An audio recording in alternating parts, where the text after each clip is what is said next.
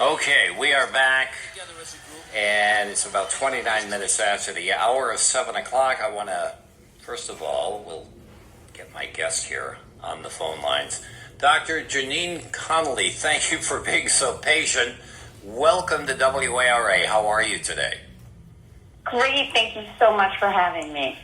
Now, you are, I'm reading over the information that you provided.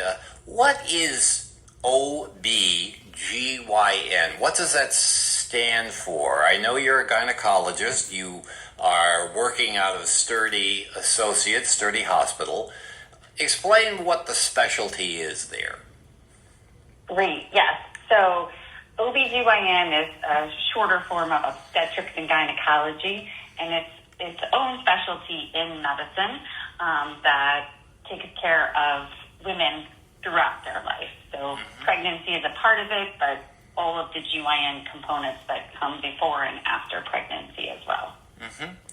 I assume you went through medical school and you have all the credentials. Why did you choose this type of field? Is this something that you felt you had a really, really, really strong interest and talent for?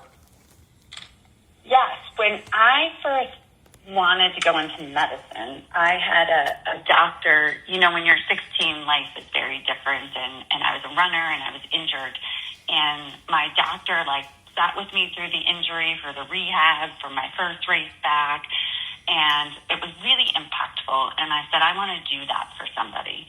And when I went to medical school, very quickly I learned how interesting and how committed I was to women's health. It kind of jumps at you. Mm-hmm. And so I love taking care of women throughout their life. And so I did residency 4 years in obstetrics and gynecology and have been practicing as a generalist ever since. But I interested, passionate, and dedicated to women's health. That is terrific. And that's exactly, I think, what women look for when they choose a gynecologist, because it is such a very, very, it's a delicate field. It's you have to, not only do you have all the medical training, but you almost have to be a psychologist with women between the ages of, say, 20 and 65. I know Sturdy is a really good fit for you. I know you love being there. What can women between the ages of, say, 20 and 65 expect during their first appointment with you? What brings someone to you initially? So I would say probably different things between 20 and 60. We see women often initially because they're trying to establish care. And on the younger side, 20 and less, they're often either dealing with their cycles, so cycle control or pregnancy prevention, STD screening. When we see women a little bit older, it can be the exact same, where they're either trying to plan pregnancy or prevent pregnancy. And then later, 40s, 50s, 60s, we're often talking about perimenopause and menopause or any kind of hormone issues. There's also cancer screening that happens in that time. So cervical cancer screening, mammography, uterine cancer, postmenopausal bleeding.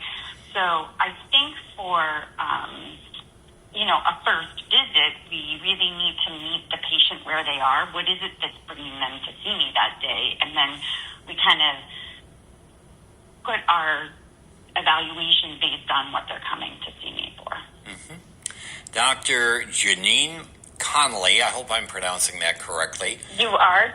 Is an OB/GYN gynecologist employed at Sturdy Associates, Sturdy Hospital.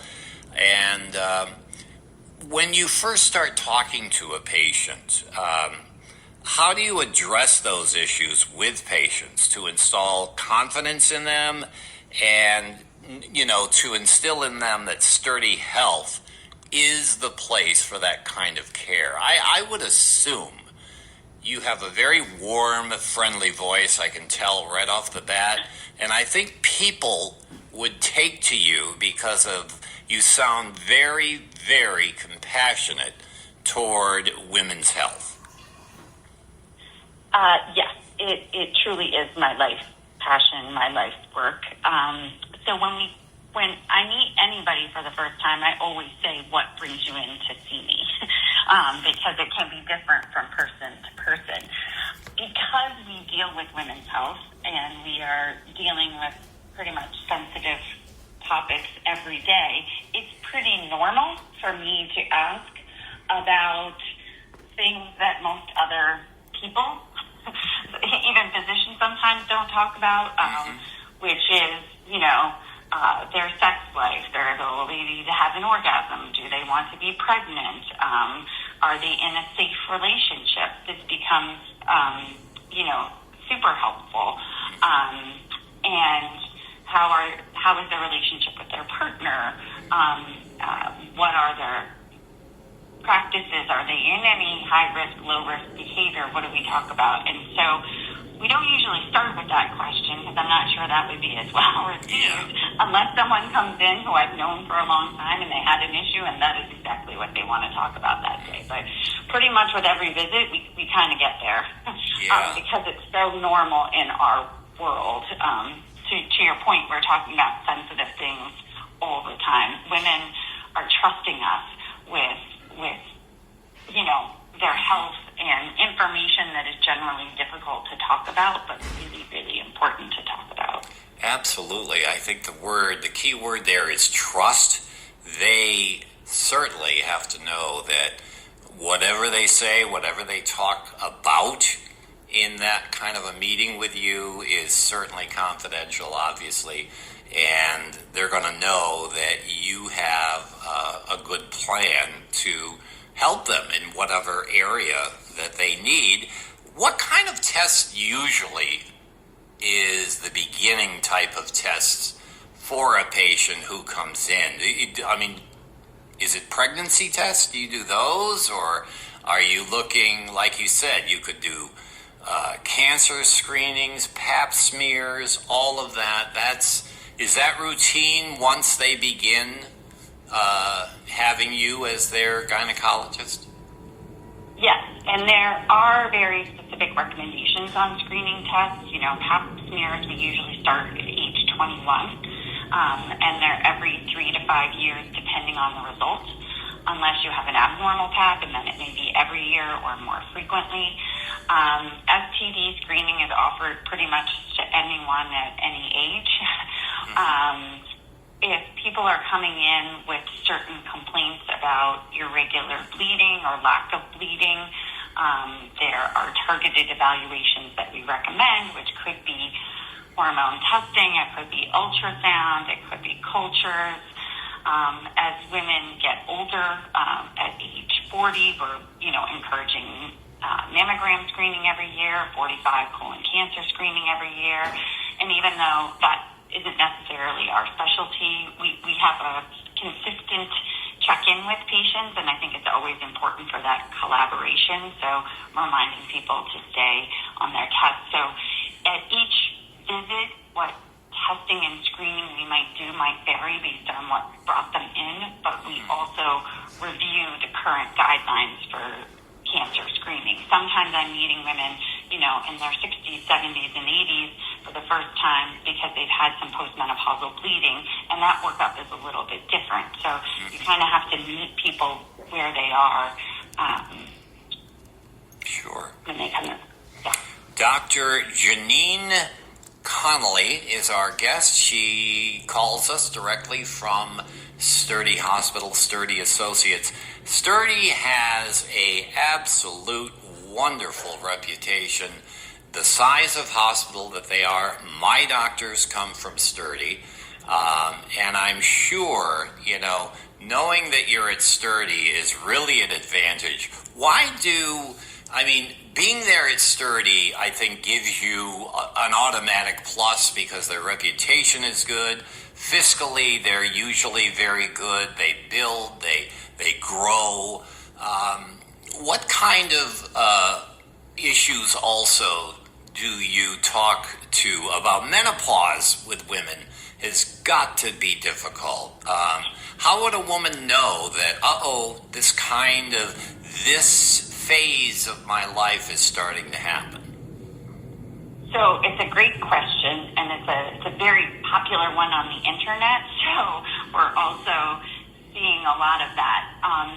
Menopause, perimenopause, often 40s, 50s. Average age of menopause in this country is 52, but normal is 40 to 60, which is quite a range.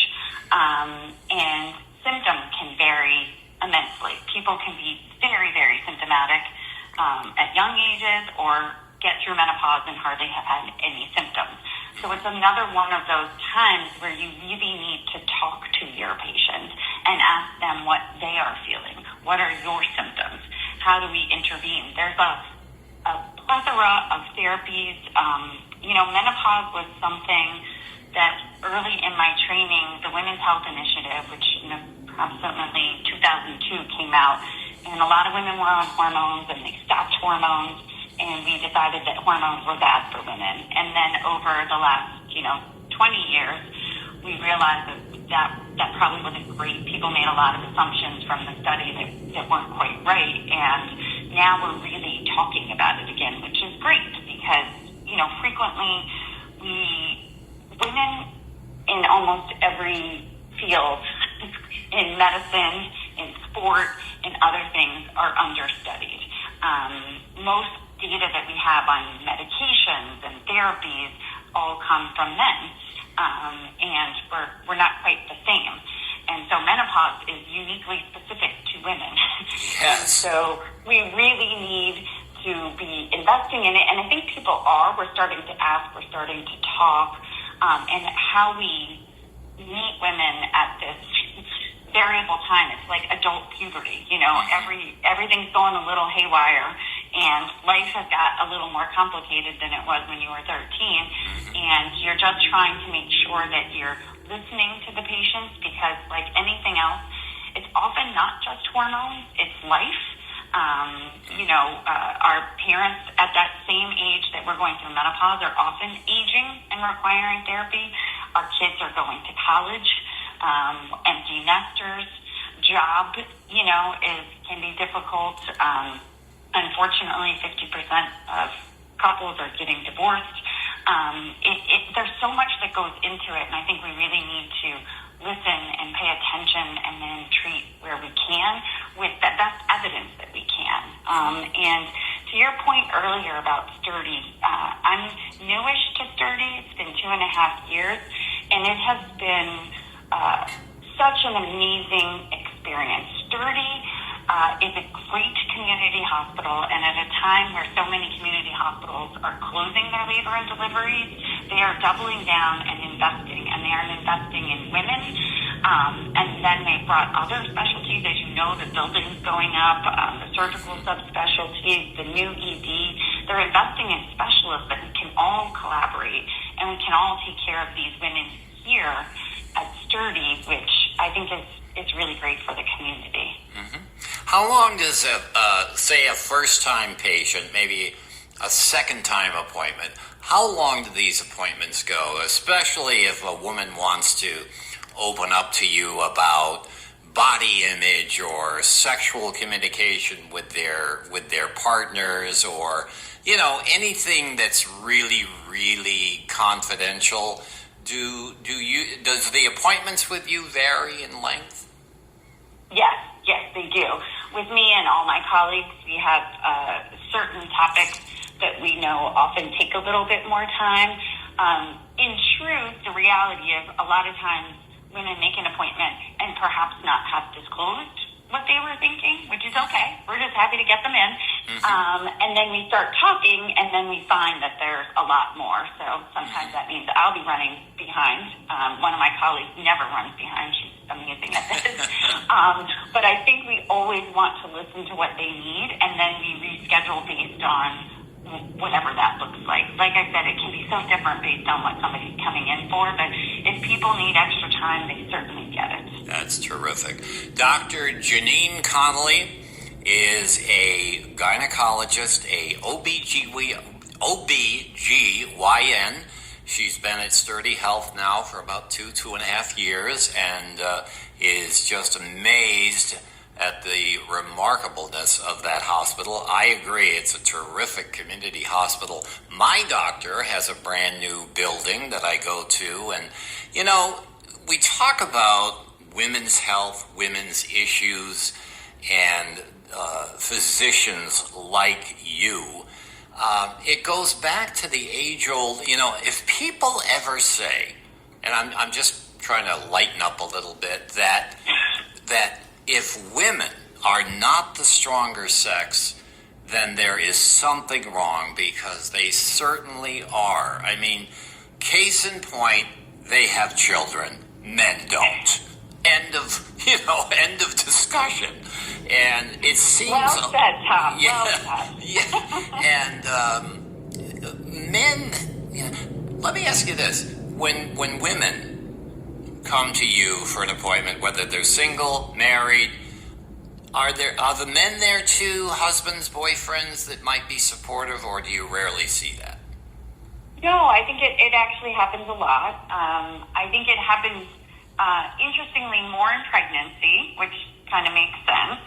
And then often when women are older, I find some women over 60 and 70 often have their partners with them as well. So it probably speaks to our lives and what's going on. But they are always welcome. So, my job, I talk about this sometimes in the delivery room.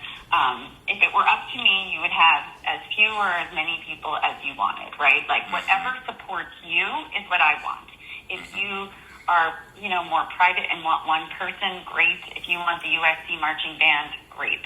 How do we, accommodate you? And that's in the office, in the hospital, delivery, surgery. Now, we do have rules, so it turns out that you cannot have the USC marching band in the labor room with you. No marching bands? Is that what you said? Whatever people need for I understand, this is what I want. But we do have rules. But I think that how women are best supported is what we want, and we support that and we encourage that. Wow, that's really good. It is 7:46. On the line is Dr. Jeannine Connolly. She is a doctor of OBGYN, a gynecologist, and we're talking about women's health, women's issues. Very passionate about women's health. When someone first comes to see you, are there routine tests that you obviously give, whether it's, maybe general x-rays, or is it more of just a consultation? How are you? What can I help you with? Do you recommend certain screenings and tests from one age to the next as women get older? Yes. And typically in our office, we follow ACOG, the American College of OBGYN guidelines on screening, which are usually put forth in conjunction with the American Cancer Society. And so age-related, we offer STD screening, we offer pap smears, we offer ultrasounds for pregnancy and for GYN and cycle issues, whether it be irregular bleeding, lack of bleeding, too much bleeding, painful bleeding. We can do all of that in our office, which is great. We also, in addition to following our regular guidelines, if someone comes in with a complaint, we try to address how to get there. Much like when you were speaking of x-rays, we don't do x-rays in the office, but, if you went to see our lovely orthopedic surgeons and your ankle was hurt, they would do that. For GYN, it's the same idea. What brought you in? How can we help figure out what's going on? Which often involves either GYN cultures, pap smears. We have labs in our 2 locations. So we can do blood work that will help figure out what's going on, and we do ultrasounds in our office. And like I said, depending on the age and the complaint that brought you in, we can do it all at the same time in the office. We also have office procedures that we can do for people who have abnormal pap smears. We do colposcopy, irregular bleeding. We do hysteroscopy. And to that point, we're super excited. One of my colleagues, Dr. Stricker, who is amazing, she was very passionate about trying to help women with their pain control during these procedures, which is something now also the internet is talking about, and ACOG has said we need to talk more about the pain from procedures, from biopsies, colposcopies, IUD placements, and she was really critical in getting us to have nitrous available in the office.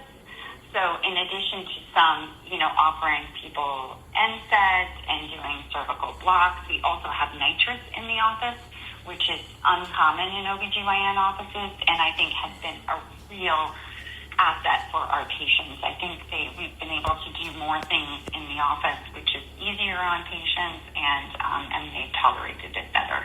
And something we should always be, thinking about. How do we keep doing things better? So I do want to credit her with really taking the lead on this, and our women patients are just benefiting every day from this. I can imagine that people coming to see you are going to, be there again and again. I'm sure your patient load, the number of people who regularly see you is increasing all of the time, and they're, building very, very good rapports.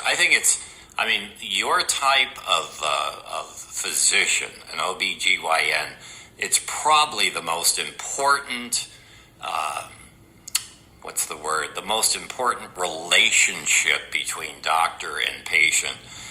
Women really, really, really have to know that you are 100%, for them in every single way when it comes to their health. Yes? Yes. I think so. I'm biased. But I think so. I think it's an immense responsibility because of the trust that people are putting in you at just these critical, sensitive times in their life. And we have to be there, and we have to do it well. Dr. Jeannine Connolly from Sturdy Associates, Sturdy Health at Sturdy Hospital right here on Park Street. You're about a 7.5 minute walk to these studios, so you have to promise next time we have you on, you have to come over here and see our state-of-the-art facilities. And you can also get a bag of animal crackers courtesy of your host, Tom Rafferty. Well, I would love that. Yes, I am noted for giving animal crackers. I grew up on them, and I just love, but I don't eat them anymore because my doctor over there at Sturdy says, but anyway. I'm going to ask this, do you deliver babies? Is that part of your responsibility, or do you have training in that, or you don't? Yes, no, I do. That's the OB side. That's the obstetrics. Oh, wow. So most of us in the group, right now do both. We do obstetrics and gynecology. There are two docs who no longer do OB and just do gynecology, and they're urogynecologists, so they have additional expertise. But I do OB, and I do love everything about my job. I love being with women throughout their life, but truth be told, delivering babies is my favorite part. My goodness, that is the most miraculous thing. My son Jason, who's 37 now, and my goodness, they grow so quickly. I can I can close my eyes and vividly remember December 31st. Yes, he was a New Year's Eve child at Sturdy Hospital, and standing there watching him being born. It was just, it's something you just never, ever, ever forget. And then the gynecologist, washed him off and cut the cord. And of course, Jason hasn't changed, screaming and crying at that, what are the first words of a child? But, and then within, they gave Jason to the mom, and she bonded, and then they gave him to me. That little teeny miracle is just amazing. That process, that has got to be something that, to do that, to know how to do that safely, has got to be something that not everybody can do.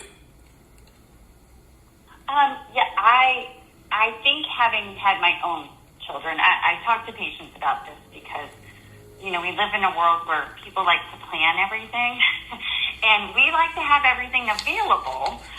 But when you do obstetrics long enough, you realize that you can't plan for things. Mm-hmm. You have to be aware of them. But babies sometimes have their own plans, right? Sometimes they are breached. Sometimes they don't tolerate labor and their heart rate drops. And whatever we think that we want to do, sometimes they have a different idea. And I remember the birth of my 3 children the way you remember the birth of your son, as like the 3 best days of my life. And I always want that for patients. I always want it to be amazing.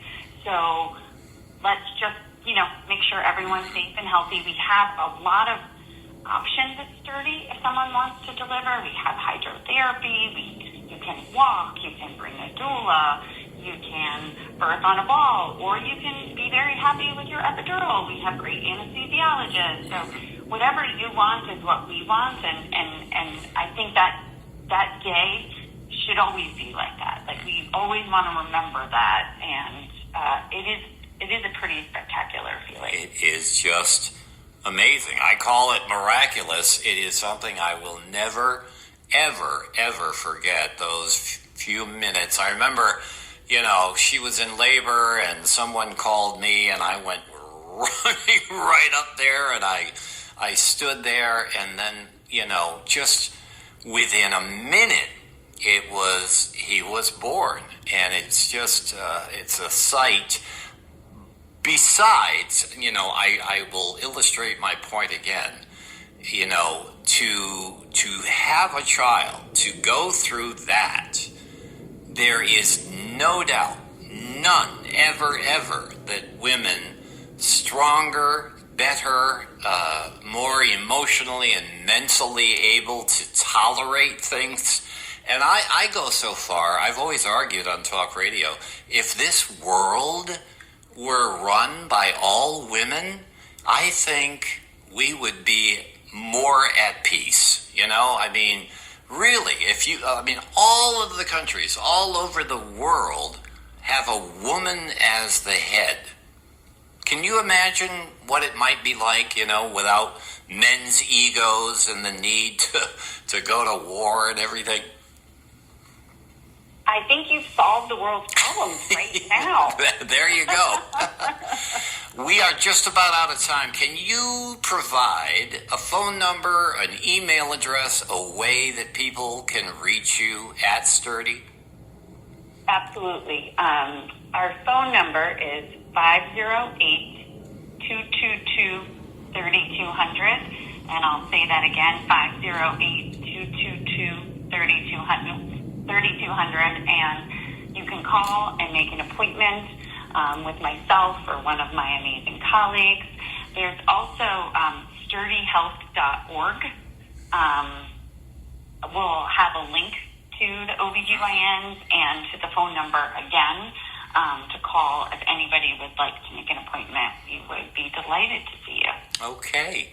Well, continued success. This has been so interesting and very, very helpful, I'm sure, to thousands of women of all ages who are listening right now. I also want to thank Izzy Nichols from that agency. She's the one that set this up. I think she goes by Izzy. Did you talk to her, or did she reach out to you? Yes. Yeah. She was great, and I so appreciate you, Tom, and and giving us a little time and spotlight on women's health, which, you know, I think is the most important thing. But thank you for giving us this opportunity. Well, we will certainly do it again. I'd like to have some kind of medical segment every week or every month. So you are truly welcome to be a guest again, and continued success there at Sturdy. And just, you're doing wonderful work, and I wish you the best. Thank you. Have a great day. You too. There goes Dr. Jeannine Connolly, OBGYN gynecologist, little over 2 years at Sturdy Hospital. And if you're having any kind of issues, women issues, give them a call. I'm sure they'd be able to help you. Coming up next, we have